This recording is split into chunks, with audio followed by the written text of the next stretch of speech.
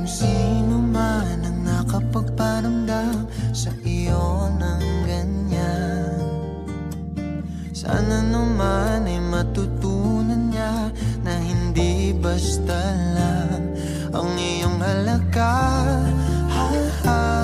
Para ganyanin ka,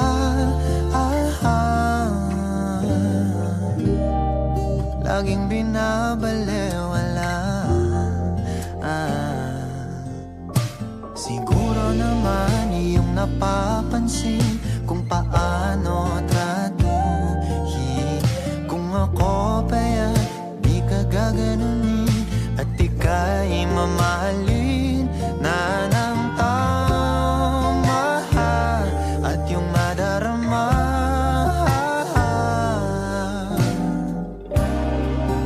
na ika'y mahalaga.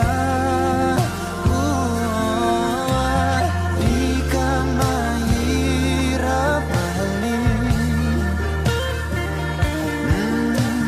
Ikaw ang pangarap na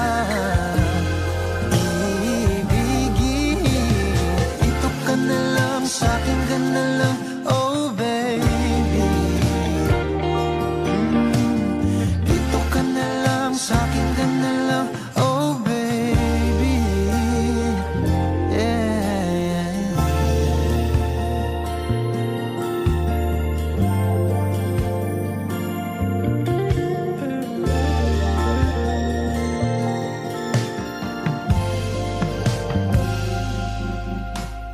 Di pa ba sapat ang mga luha at sakit na nadarama?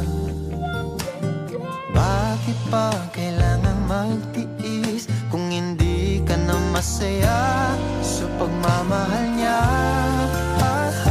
Huwag nang ipilit pa.